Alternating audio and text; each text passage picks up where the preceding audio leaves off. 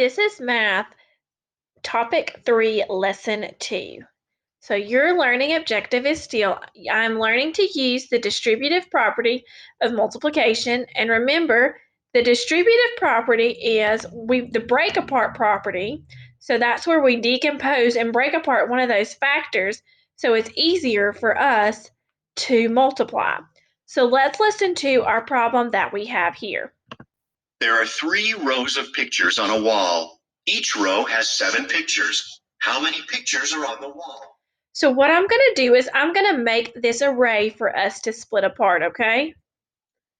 So I'm going to make this array. I have 3 rows. So I'm going to take and make 3 rows. That's 1, 2, and 3. And how many are in each column? There's 7. So that's 1, 2, 3, 4, 5, 6, 7. 1, 2, 3, 4, 5, 6, 7, and 1, 2, 3, 4, 5, 6, and 7. Okay, so what I'm going to decide to do now is which number do I want to break apart, because this multiplication equation now is 3 times 7, and 3 times 7 might be a little harder for us to multiply. What number are we going to break apart? Well, I've decided to break apart that 3. I'm going to break apart that 3 into 2 and 1 because I know my 2's and I know my 1's. So I'm going to break that apart, okay?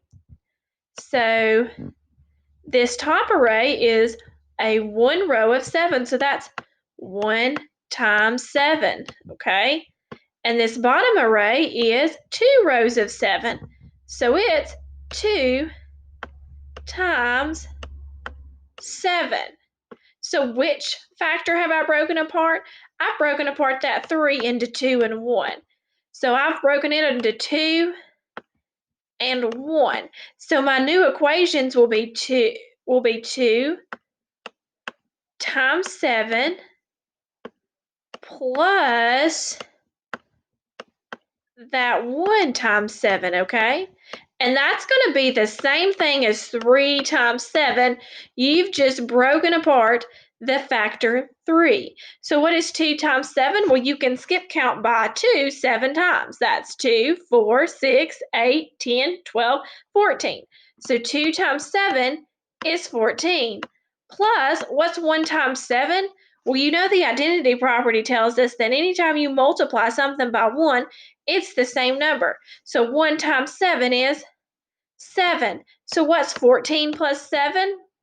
You can count up. So that's 15, 16, 17, 18, 19, 20, 21. So what is 3 times 7? It's 21. The product is 21. All you did was use the distributive property to break apart the factor 3 into 2 and 1 to give you easier equations to solve. So what you're going to do now is you are going to finish up by listening to your visual learning. You're going to do your workbook page, your practice buddy, and your quick check. Now remember, you need to break apart those numbers so it's easier for you to multiply.